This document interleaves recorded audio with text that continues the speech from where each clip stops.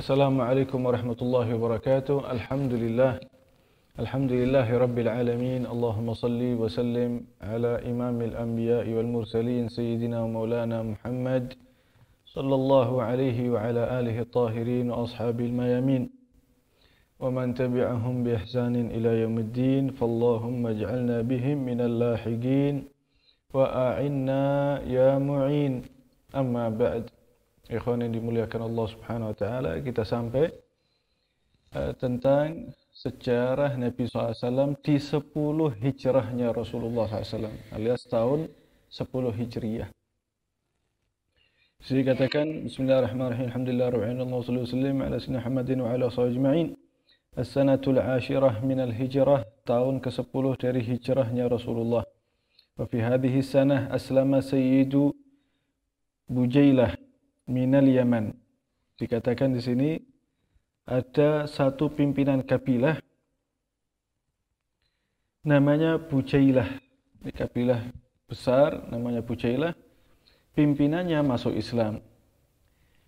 Bujailah itu berasal dari negeri Yaman. Jadi Bujailah minal Yaman. Nama pimpinannya adalah Jarir bin Abdullah al-Bajali. Jarir bin Abdullah al-Bajali seorang sahabat besar, dan beliau pimpinan kabilah yang sangat besar namanya Bujailah yang berada di negeri Yaman. Dikatakan wa fi sahihaini annahu qala ma hajabani Rasulullah sallallahu alaihi wasallam mundu aslamt.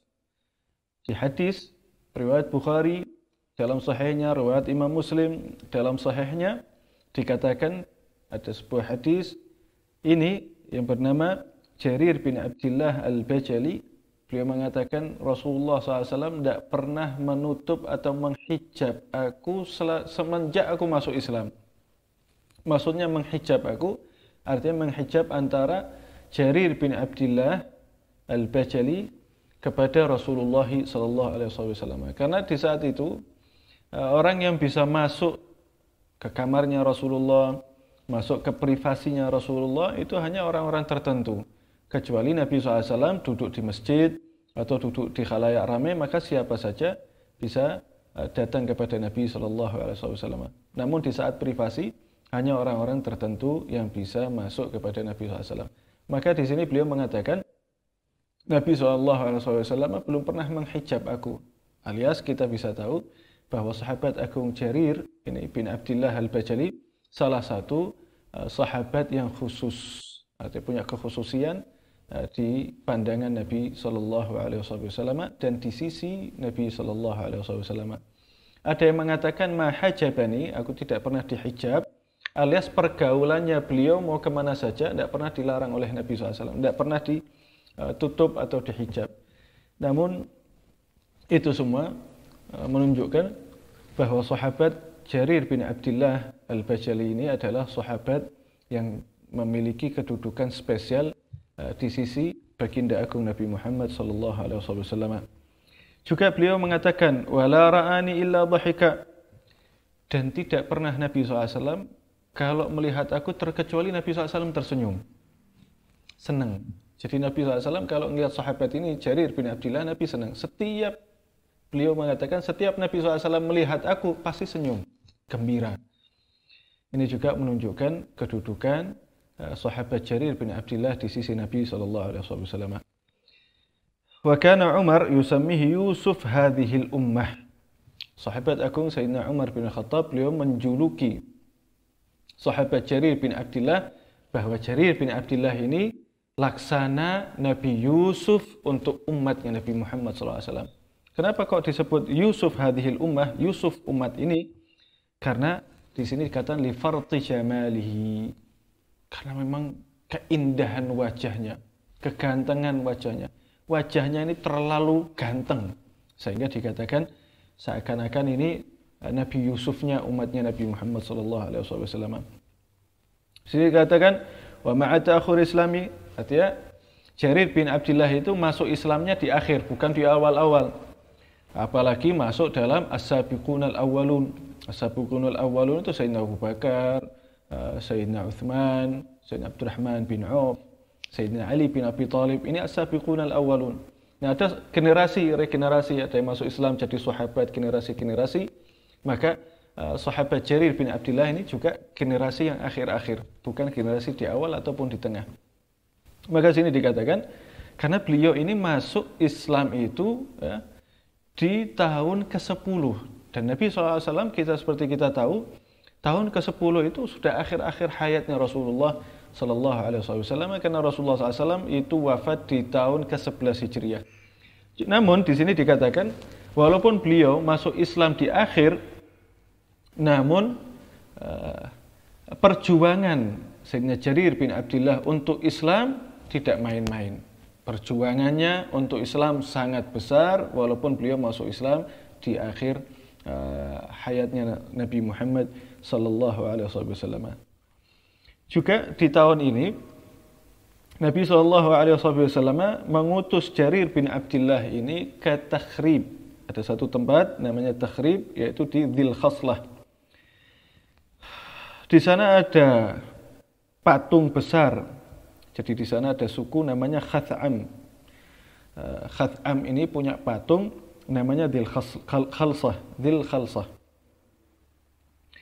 Patung ini sangat besar. Khath'am itu juga adanya di Yaman. Maka Nabi SAW memerintahkan Jarir bin Abdullah untuk menghancurkan patung itu. Karena patung itu sudah keterlaluan.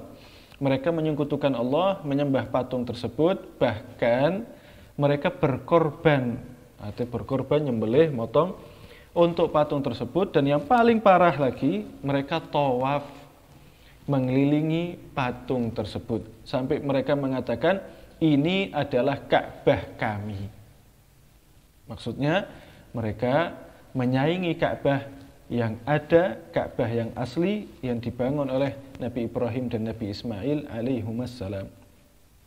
Maka datang ini Sayyidina Jarir bin Abdullah Al-Bajali. Beliau datang ke sana lalu dihancurkan dan dibakar. Setelah dihancurkan juga dibakar. Juga di tahun ini, tahun ke-10, Nabi SAW juga memerintahkan Jarir masih sahabat yang tadi, ke negeri Yaman juga. Falakiya bihadza Kila' wa dha Amru min mulukil Yaman. Jadi Jarir bin Abdullah ketika ke negeri Yaman menemui dua raja. Raja yang pertama namanya Dha Kila', yang kedua Dha Amru. Ini dua raja. Jarir bin Abdullah ke sana menegosiasikan tentang Islam, mengajak mereka masuk Islam. Di sini katakan yad'uuhum ilal Islam, mengajak mereka untuk masuk Islam. Juga di tahun ini fi hadhihi sanah katima 'ala Nabi sallallahu alaihi wasallam wafd Bani al-Harith bin Ka'ab. Juga di tahun ini ada rombongan dari satu kabilah namanya Bani al-Harith bin Ka'ab. Rombongan ini dari Najran. Jadi ini rombongan dari satu kabilah namanya Najran, mereka keturunan dari Al-Harith bin Ka'ab. Mereka datang menghadap Nabi Muhammad sallallahu alaihi wasallam. Mereka berbondong-bondong mendatangi Rasulullah sallallahu alaihi wasallam, dan yang mengawal mereka, yang membawa mereka yaitu Sayfullahil Maslul, seorang sahabat besar yang namanya Sayyidina Khalid bin Al-Walid. Nah, wa fi hadhihi sanah, juga di tahun ini turun satu ayat tersebut yang menerangkan tentang wasiat. Jadi kalau ada orang mau meninggal, maka dia berwasiat. Wasiatnya A, wasiat B, wasiat C itu harus dilaksanakan oleh ahli warisnya. Maka ayat tentang wasiat yang orang boleh wasiat juga wajib dilaksanakan turun di tahun 10 Hijriah, yaitu di surat Al-Maidah ayat 106. Ya ayyuhalladzina amanu syahadah bainikum. Wahai orang-orang beriman, harus ada syahid di antara kalian. Jadi kalau ada orang mau wasiat, harus ada saksi syahid namanya. Itu bisa kita lihat di surat Al-Maidah ayat 106. Nah, juga di tahun 10 ini ada seorang sahabat namanya Farwah bin Amru al-Judhami. Ini Farwah bin Amru al-Judhami, sahabat yang luar biasa. Nabi sallallahu alaihi wasallam mengutus Farwah bin Amru al-Judhami. Mohon maaf, Farwah bin Amru al-Judhami mengutus salah satu orang untuk datang kepada Nabi Muhammad SAW. Jadi Farwah bin Amru al-Judhami mengutus salah satu orang untuk datang kepada Nabi Muhammad SAW. Tujuannya apa utusan itu? Tujuannya utusan itu memberi kabar kepada Rasulullah SAW bahwa orang yang bernama Farwah bin Amru al-Judhami ini masuk Islam. Dan Farwah bin Amru al-Judhami membawa hadiah untuk Nabi Muhammad SAW, hadiah yang sangat berharga untuk Rasulullah SAW. Kenapa orang itu masuk Islam lalu disebut di sini? Karena memang sejarah tidak akan melupakan Islamnya Farwah bin Amru al-Judhami. Ini orang salah satu yang jadi pejabat di negeri Romawi, di kekuasaan Romawi. Farwah bin Amru al-Judhami ini dia jadi salah satu pejabat di kekuasaan Romawi. Beliau yang mengurusi urusan-urusannya orang Arab ketika urusan itu berkaitan sama kerajaan Romawi. Misalkan mau berdagang, mau apapun di daerah Syam di Syria itu, beliau yang menjadi pejabat untuk mengurusi itu. Maka Nabi SAW tentunya dan juga para sahabat senang karena ada satu orang yang berpengaruh masuk Islam. Namanya Farwah bin Amru al-Judhami. Farwah bin Amru al-Judhami ini ngasih hadiah kepada Nabi SAW. Baghlah itu pernikahan antara keledai dengan kuda. Jadi kuda sama keledai dinikahkan, mohon maaf dikawinkan, ya, dikawinkan. Keledai sama kuda dikawinkan, maka anaknya turunannya itu namanya baghal atau baghlah. Baghal itu jantan, kalau baghlah itu betina.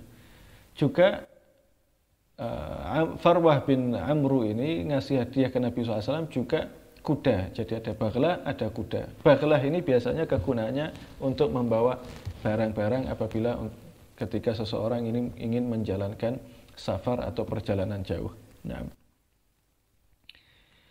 Lalu orang-orang Romawi ketika mendengar bahwa Farwah bin Amru al-Judhami ini masuk Islam, mereka tidak terima.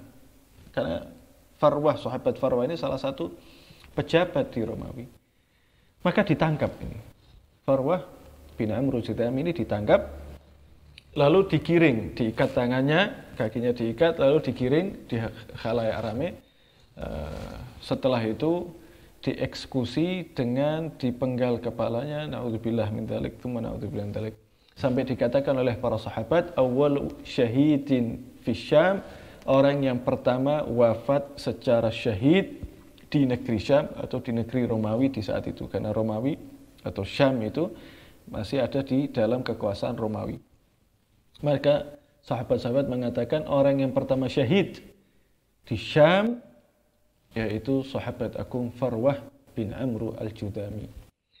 Yang menarik di sini, ketika beliau akan dieksekusi, akan dipenggal kepalanya, sama sekali beliau tidak gentar, sama sekali beliau tidak takut ataupun sedih. Bahkan ada syair yang sangat terkenal. Beliau mengatakan, uballighu suratal muslimina bi annani salmun li rabbi a'udhumi wa muqami. Beliau berkata bahwa aku ini kuraih kemuliaan muslimin, artinya kuraih kemuliaan menjadi sosok orang yang Islam karena diriku menyerahkan diri kepada Allah Subhanahu wa taala. Nabi Muhammad SAW menyerahkan diri dalam agama Islam, dan kedudukanku akan menjadi tinggi di sisi Allah Subhanahu wa taala. Nah, juga di tahun ini yang ke-10, wa fi hadis sana ba'da Ali bin Abi Thalib ila Yaman ba'da Khalid bin Walid. Nabi SAW memerintahkan Sayyidina Ali bin Abi Thalib ke negeri Yaman setelah kembalinya Sayyidina Khalid bin Walid. Jadi yang pertama Sayyidina Khalid bin Walid diperintahkan ke negeri Yaman. Lalu setelah itu Sayyidina Ali bin Abi Thalib juga diperintahkan oleh Nabi SAW ke negeri Yaman. Wa kana ruju' Ali radhiyallahu anhu fi syahri Dzul Hijjah. Juga Sayyidina Ali itu ketika pulang dari Yaman yaitu pada bulan Dzul Hijjah. Dzul Hijjah itu kalau bahasa kita bulan haji. Ya, bulan haji. Dan di saat itu Nabi SAW akan melaksanakan haji dan Nabi SAW keadaannya sudah ihram. Sudah ihram. Dan ini adalah haji terakhirnya baginda Nabi Muhammad SAW yang sering kita kenal dengan Hajjatul Wada atau Hijjatul Wada, haji perpisahan Rasulullah SAW bersama sahabat. Ketika Sayyidina Ali datang, maka Nabi SAW bertanya kepada Sayyidina Ali. Faqala lahu sallallahu alaihi wasallam bima ahlalta. Wahai Sayyidina Ali bin Abi Thalib, dengan kedatanganmu itu apa yang engkau lakukan? Apa yang menjadikan engkau senang? Qala ahlaltu bima ahalla bihi an-nabi sallallahu alaihi wasallam. Nah.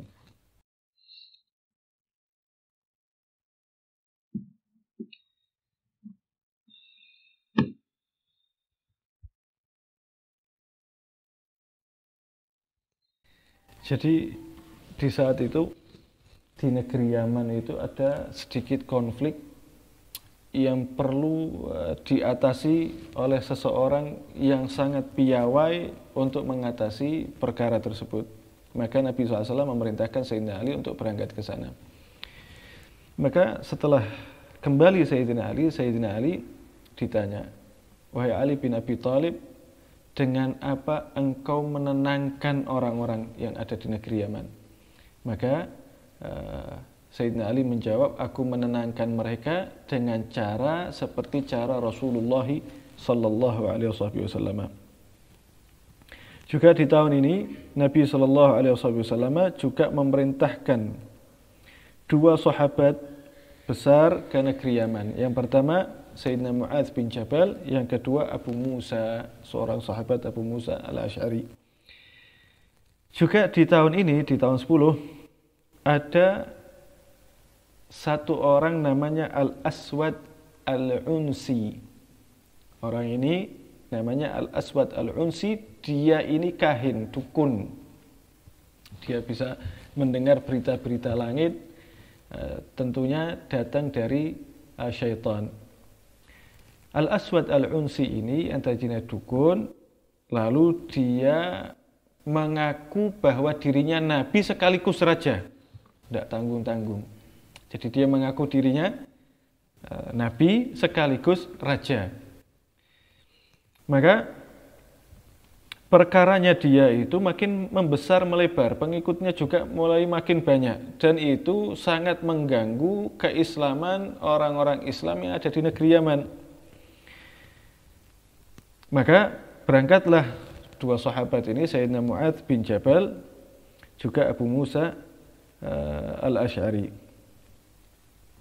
Lalu ketika berjalan ini, Sayyidina Mu'adz bin Jabal, tentu ketika Nabi memerintahkan dua sahabat itu, waktunya tidak berbarengan. Satu berangkat lebih dulu, baru menyusul sahabat yang berikutnya. Itu yang berangkat dulu Abu Musa al-Asy'ari, lalu menyusul sahabat Sayyidina Mu'adz bin Jabal. Maka ketika Sayyidina Mu'adz bin Jabal itu jalan melewati sahabatnya yaitu Abu Musa al-Asy'ari di satu kota namanya Ma'rib. Mampirlah Sayyidina Mu'adz bin Jabal ke Sayyidina Abu Musa al-Asy'ari di Ma'rib. Lalu keduanya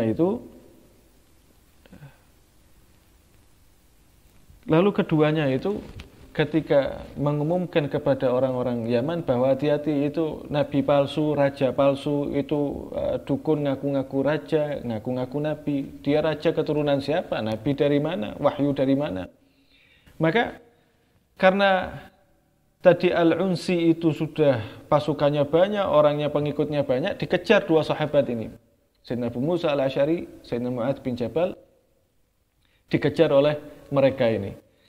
Lalu Sayyidina Musa al-Asy'ari dan Sayyidina Mu'adz bin Jabal mengamankan diri mereka. Mereka keluar, terus jalan terus dari Yaman, makin masuk sampai mereka masuk ke negeri Hadramut. Dan seperti kita tahu, negeri Hadramut itu kebanyakan para habaib itu nasab mereka kembali ke negeri Hadramut, termasuk juga habib-habib yang ada di sini maupun habib-habib terdahulu. Nah, kerajaan dan kenabian Al-Aswad Al-Unsi itu bertahan berapa lama? Di sini dikatakan oleh seorang ulama namanya Ibnul Imad. Ibnul Imad ini punya kitab namanya Syadarat. Beliau menuliskan sejarah itu bahwa Al-Aswad Al-Unsi bertahan kerajaannya dan kenabiannya hanya 4 bulan. Setelah itu orang-orang sadar dan Al-Aswad Al-Unsi mati, meninggal. Nah, dan yang membunuh Al-Aswad Al-Unsi bukan para sahabat, tapi yang membunuh Al-Aswad Al-Unsi justru salah satu raja namanya Buhmah Fairuz. Namanya Buhmah Fairuz, seorang raja yang berada di negeri Yaman. Nah, ikhwan yang dimuliakan Allah Subhanahu wa taala, juga di tahun ini sedihnya Nabi Muhammad sallallahu alaihi wasallam. Jadi di tahun ini juga Nabi SAW sangat-sangat bersedih. Kenapa Nabi SAW sedih? Karena putra laki-laki terakhir Rasulullah SAW yang bernama Sayyidina Ibrahim juga wafat di tahun ke-10 Hijriyah. Berarti kita tahu, seperti telah lewat, bahwa di tahun 8 Hijriyah Sayyidina Ibrahim lahir, dan di tahun ke-10 Hijriyah Sayyidina Ibrahim, putra Rasulullah SAW, wafat. Umurnya yaitu kurang lebih 1,5 tahun. Ketika wafat Sayyidina Ibrahim, tentu ibunya Sayyidatina Maria Al-Qibtiyah, Nabi SAW ketika mengubur atau mensemayamkan Sayyidina Ibrahim, menetes air mata Rasulullah sallallahu alaihi wasallam sampai terjadi dialog dengan para sahabat. Mereka bertanya, wahai Rasulullah SAW, kenapa engkau menangis? Bukankah ini sudah takdir? Maka Nabi SAW menjawab, air mataku ini keluar dari sifat aku menjadi seorang ayah. Sallallahu alaihi wa ala alihi wasallam. Juga di tahun ini, wa fi hadis sana katima ala Nabi sallallahu alaihi wasallam Uday bin Hatim fa aslama. Jadi di tahun ke-10 ini datang seorang sahabat namanya Uday bin Hatim. Ini Uday, ada yang baca Adi, ada yang baca Uday. Boleh dibaca Uday, boleh dibaca Adi. Tapi kebanyakan ulama-ulama juga di kitab-kitab kita bisa lihat mereka, beliau-beliau membacanya Adi. Jadi ainnya di fathah, Adi bin Hatim. Adi bin Hatim ini orang besar, dia masuk Islam di tahun 10 Hijriah. Fahasuna islamuh, Islamnya juga baik. Jadi Islamnya Islam baik, Islam taat kepada Nabi SAW, dan juga membawa kebaikan untuk Islam itu sendiri. Juga di tahun ke-10, dan ini yang insya Allah kaum muslimin banyak kenal nama ini, di tahun 10 juga ada orang ngaku-ngaku Nabi. Nah, ini lebih besar daripada Al-Aswad Al-Unsi. Siapa namanya? Namanya Musailamah Al-Kadzab. Ini lucu, Musailamah Al-Kadzab. Musailamah Al-Kadzab idda'an nubuwah, ngaku-ngaku Nabi. Setelah dia ngaku Nabi, punya anak buah, punya pengikut. Lalu dia tulis surat kepada Rasulullah SAW. Dia mengatakan, ya Muhammad SAW, ketahuilah bahwa aku ini Nabi, aku juga syarik, sekutumu. Kita ini partner. Kata Musailamah Al-Kadzab, kita ini partner. Engkau Nabi, aku juga Nabi, kita sama-sama Nabi. Aku diutus oleh Allah Subhanahu wa taala untuk jadi partner engkau. Maka surat itu dibalas oleh Nabi sallallahu alaihi wasallam, dan Nabi SAW mendustakan Musailamah Al-Kadzab, dan Nabi SAW memberi label panggilan buat Musailamah Al-Kadzab dengan Al-Kadzab. Jadi Nabi SAW mendustakan dan juga melabeli Musailamah ini dengan nama Al-Kadzab. Makanya sampai sekarang kita kenal Musailamah Al-Kadzab. Musailamah sang pendusta. Kalimat al-kadzab yang artinya sang pendusta itu langsung dilabel oleh baginda Nabi Muhammad sallallahu alaihi wasallam, dan itu tertulis di surat balasan Rasulullah SAW kepada Musailamah al-Kadzab. Nah, juga di tahun ini Nabi SAW haji, seperti tadi kita telah sebutkan, Nabi SAW haji terakhir. Ya. Ini haji disebut haji wada, karena haji Nabi SAW juga mengucapkan perpisahan kepada para sahabat.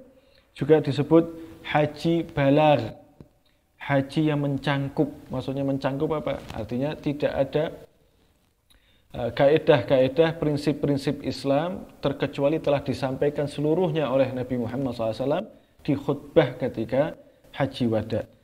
Juga disebut hajjul Islam atau hijjul Islam, haji Islam. Biasanya kalimat hijjul Islam itu haji seseorang yang paling pertama. Jadi kalau ada seseorang itu haji yang paling pertama, maka disebut itu hijjul Islam atau hajjul Islam, haji Islam. Artinya menunaikan kewajiban. Di sini juga disebut haji terakhirnya Nabi disebut hijjul Islam, haji Islam atau haji yang pertama. Kenapa kok disebut begitu? Apakah Nabi SAW itu hajinya hanya sekali? Di sini banyak disalahpahami, walaupun padahal di kitab-kitab sirah sejarah Imam Ibnu Katsir dan lain-lain telah menuliskan itu. Maksudnya, kata ulama-ulama, Nabi SAW ketika beliau ada di Mekah, beliau sering haji. Tapi ketika beliau ada di Madinah, selama Nabi SAW di Madinah, belum pernah haji terkecuali paling pertama ini, di tahun ke-10 Hijriah. Tapi sebelum Nabi ke Madinah, Nabi SAW haji berkali-kali. Jadi Nabi SAW bukan haji hanya sekali, tapi berkali-kali. Nah, maka Nabi SAW menyampaikan itu semua, dari mulai qaulan, jadi Nabi SAW menyampaikan itu semuanya, juga Nabi SAW memberikan contoh dari cara bicara, cara bergerak, cara duduk, cara menyambut orang, cara bersosialisasi sama orang. Jadi Nabi SAW betul-betul menjadi suri tauladan seutuhnya, semuanya dari mulai prinsip-prinsip Islam maupun kaidah-kaidah Islam di haji wada di tahun ke-10. Makanya Allah Subhanahu wa taala menurunkan firman-Nya. A'udzubillahi minasyaitonir rajim. Bismillahirrahmanirrahim. Al-yawma akmaltu lakum dinakum wa atmamtu 'alaikum ni'mati wa raditu lakum al-islama dina. Hari ini telah kusempurnakan bagi kalian. Kalian ini maksudnya Nabi SAW dan para sahabat, juga generasi berikutnya. Ya, jadi bukan hanya Nabi saja dan sahabat saja, tapi sampai ke generasi kita. Jadi agama Islam ini sudah sempurna. Anda mau bicara tentang apa? Di Islam sudah dibicarakan keseluruhannya. Tinggal pandai-pandai kita menggalinya. Hari ini telah kusempurnakan bagi kalian agama kalian, maksudnya Islam. Telah kucukupkan nikmatku kepada kalian. Allah SWT mencukupkan kenikmatannya untuk Nabi SAW dan para sahabat. Dan telah kuridai Islam menjadi agama. Allah Subhanahu wa taala telah memberi stempel bahwa agama Nabi SAW itu sudah lengkap, dan semua apa yang diperintahkan oleh Allah Subhanahu wa taala kepada Nabi Muhammad SAW itu telah disampaikan secara keseluruhan. Makanya Allah Subhanahu wa taala menstempeli agama ini dengan ridhonya Allah Subhanahu wa taala. Nah, di sini dikatakan Nabi SAW itu ketika ingin melaksanakan haji, Nabi SAW keluar dari Madinah di hari Sabtu. Di hari Sabtu tanggal 5 Dzulqa'dah. Jadi Nabi SAW hari Sabtu tanggal 5 Dzulqa'dah. Ada riwayat yang mengatakan Nabi SAW keluar hari Sabtu akhir Dzulqa'dah. Jadi minggu akhir Dzulqa'dah, hari Sabtu Nabi SAW meninggalkan kota Madinah. Nah, tapi di sini dikatakan 5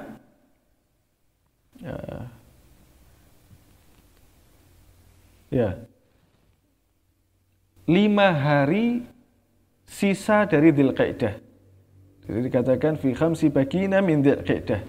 5 hari sisa dari bulan Dzulqa'dah. Berarti Dzulqa'dah akhir Nabi SAW keluar. Ada ulama-ulama yang mengatakan minggu terakhir. Kalau dikatakan minggu terakhir bisa Dzulqa'dah sisa 6 hari, bisa juga sisa 4 hari, Tapi di sini Sayyid Muhammad bin Alawi Al-Maliki beliau mengatakan Dzulqa'dah sisa 5 hari dan di hari Sabtu Nabi SAW meninggalkan kota Madinah. Dan Nabi SAW ketika haji meninggalkan kota Madinah tentunya bersama para sahabat tidak terkecuali dengan seluruh istri-istri Nabi Muhammad SAW dan beliau mulai dari Dzul Halifah atau Dzul Hulaifah. Jadi boleh dibaca Dzul Hulaifah, boleh dibaca Dzul Halifah. Nah, keluar Nabi SAW dari kota Madinah, terus ihram dari Dzul Hulaifah. Ketika sampai di sana, ini yang menarik, Sayyidina Abu Bakar As-Siddiq juga ikut di rombongan Nabi SAW untuk melaksanakan haji. Tidak terkecuali dengan istrinya. Istrinya bernama Sayyidatina Asma bintu Umais atau Sayyidatina Asma binti Umais. Dalam keadaan hamil. Jadi istri Sayyidina Abu Bakar Siddiq berjalan atau musafir naik onta dari Madinah menuju Makkah karena ingin ikut haji dengan Nabi SAW dalam keadaan hamil. Dan ketika sampai di Makkah atau ketika sampai di Dzul Halifah atau Dzul Hulaifah, yaitu miqat, tempat orang memulai haji atau memulai ihram untuk orang-orang yang datang dari negeri Yaman. Sampai di sana di Dzul Halifah, Sayyidatuna Asma binti Umais ini melahirkan putranya. Putranya bernama Sayyidina Muhammad bin Abi Bakar As-Siddiq radhiyallahu anhu wa arda. Maka Nabi SAW memerintahkan Sayyidatuna Asma, karena Sayyidatuna Asma itu nifasnya sudah selesai, Sayyidatuna Asma diperintahkan oleh Nabi SAW untuk bersuci mandi, selesai mandi terus menutup dengan kain tempat keluarnya darah, lalu diperbolehkan untuk melaksanakan haji karena nifasnya Sayyidatuna Asma telah selesai atau telah habis. Karena wanita-wanita dulu itu banyak saking solehahnya mereka itu selalu dekat sama Allah Subhanahu Wa Taala. Jadi waktu nifas mereka itu hanya sebentar sedikit atau hari nifasnya itu sedikit, bisa sehari 2 hari. Bahkan riwayat Sayyidatina Fatimah Zahra putri Rasulullah SAW waktu nifasnya disebut majjah. Majjah itu tidak ada hitungan menit, hanya beberapa detik. Jadi selesai melahirkan, keluar darah nifas hanya secepretan. Setelah itu beliau kembali suci lagi, alias masa nifasnya telah selesai atau usai. Nah, maka Nabi SAW dari Dzul Hulaifah itu atau Dzul Halifah atau Dzul Hulaifah, Nabi SAW lalu masuk kota Mekah. Karena Dzul Hulaifah itu di luar kota Mekah, lebih dekat ke Madinah. Maka Nabi SAW masuk kota Mekah siang min a'lah, dari bukit atas, hari Ahad, hari Minggu, tanggal 4 Dzulhijjah. Jadi Nabi SAW masuk di kota Mekah lewat atas di hari Minggu tanggal 4 Dzulhijjah. Wa aqama biha hatta al-yawm ats-tsamin wa kana yusallimu maqam Makkah manzil alladhi huwa nazil fihi bil muslimin bi dhahiri Makkah yaqsiru as-salah yawm al-ahad wal itsnin wal thalatha wal arbi'a. Dikatakan bahwa Nabi SAW bikin kemah bersama para sahabat, atau beliau-beliau tinggal di satu rumah dan sahabat lain juga tinggal di rumah. Di kawasan itu Nabi SAW berdiam di sana dari tanggal 4 sampai tanggal 8. Dan Nabi SAW dari mulai hari Minggu, Senin, Selasa, Rabu, Nabi SAW bersama para sahabat sholat secara qasar. Jadi selama 4 hari Nabi SAW sholat secara qasar. Qasar itu artinya yang tadi 4 rakaat menjadi 2 rakaat. Setelah itu Nabi SAW di hari Kamis waktu duha, Nabi SAW naik ke tawajjah biman ma'u min usil ila Mina. Jadi Nabi SAW bersama kaum muslimin ke Mina, naik bukit Mina. Wa bata biha lailatul Jum'ah, dan malam Jumatnya Nabi SAW menginap di Mina. Wa waqafa bi Arafah yaumal Jum'ah, keesokan harinya di hari Jumat Nabi SAW melakukan wukuf di Arafah bersama para sahabat. Wa khataba bi khutbah 'azimah, dan Nabi SAW khutbah dengan khutbah yang sangat-sangat agung. Intinya di sana khutbahnya sangat-sangat banyak. Di antara wasiat Nabi SAW, Nabi memerintahkan kaum muslimin dari mulai para sahabat sampai regenerasi ke bawah itu untuk berpegang teguh kepada Al-Quran. Dan Nabi SAW mengatakan atau memerintahkan, bersabda, barang siapa yang berpegang teguh kepada Al-Quran, dia tidak akan tersesat selamanya. Lalu yang kedua, Nabi SAW juga menghilangkan atau mematahkan seluruh argumentasi kemusyrikan kepada Allah Subhanahu wa taala. Menyembah patung, berhala dan segalanya, semuanya argumentasi Nabi SAW membawakan argumentasi, mematahkan argumentasi mereka. Begitu juga Nabi SAW juga menyampaikan yang haram apa saja, yang dilarang oleh Allah Subhanahu wa taala, juga dilarang oleh agama-agama sebelum agamanya Nabi Muhammad SAW. Tentu agama-agama yang dimaksud oleh Nabi SAW adalah agama yang diakui oleh Allah Subhanahu wa taala, seperti agamanya Nabi Ibrahim, agamanya Nabi Musa, agamanya Nabi Isa. Agama-agama tersebut tentu melarang apa-apa yang dilarang oleh Allah Subhanahu wa taala, seperti mabuk-mabukan, menumpahkan darah dengan cara membunuh atau dengan cara mendolimi orang atau melukai orang, juga mencederai kehormatan orang, itu semuanya dilarang oleh agama dan Nabi SAW berwasiat menyampaikan hal itu. Juga Nabi SAW berwasiat tentang istri. Wahai kaum laki-laki, hati-hati sama istri, yang baik sama istri. Nabi SAW juga menerangkan kewajiban seorang suami yang wajib ditunaikan untuk istri, seperti nafkah, pakaian yang layak, mengayomi mereka dan seterusnya. Juga Nabi SAW menerangkan bagaimana seorang istri diperlakukan dan seterusnya. Juga Nabi SAW di akhir khutbah, Nabi SAW membimbing para sahabat yang ada di situ. Jumlahnya sangat banyak, belasan ribu. Ada riwayat mengatakan 40 ribu, 20 ribu, 14 ribu saja. Intinya sahabat ketika hadir di haji wadaknya Nabi SAW dan mendengarkan khutbahnya Rasulullah SAW di Arafah, itu puluhan ribu.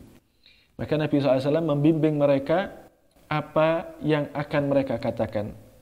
Maka Nabi SAW bertanya kepada mereka, bukankah aku telah menyampaikan apa yang telah aku sampaikan? Mereka mengatakan, ya Rasulullah, bala, engkau telah menyampaikan apa yang telah engkau sampaikan. Apa masih ada yang kurang? Tidak ada yang kurang, wahai Rasulullah. Bukankah aku telah menasihati? Maka mereka mengatakan, bala, laqad nasah, engkau betul-betul telah memberikan nasihat. Maka setelah kesaksian-kesaksian itu, Nabi SAW menatahkan kedua tangannya ke atas langit, dan Nabi SAW berdoa, mengatakan, ya Allah, saksikan kesaksian mereka. Ya Allah, saksikan kesaksian mereka terhadapku. Ya Allah, saksikan kesaksian mereka terhadapku. Itu diulang sebanyak 3 kali.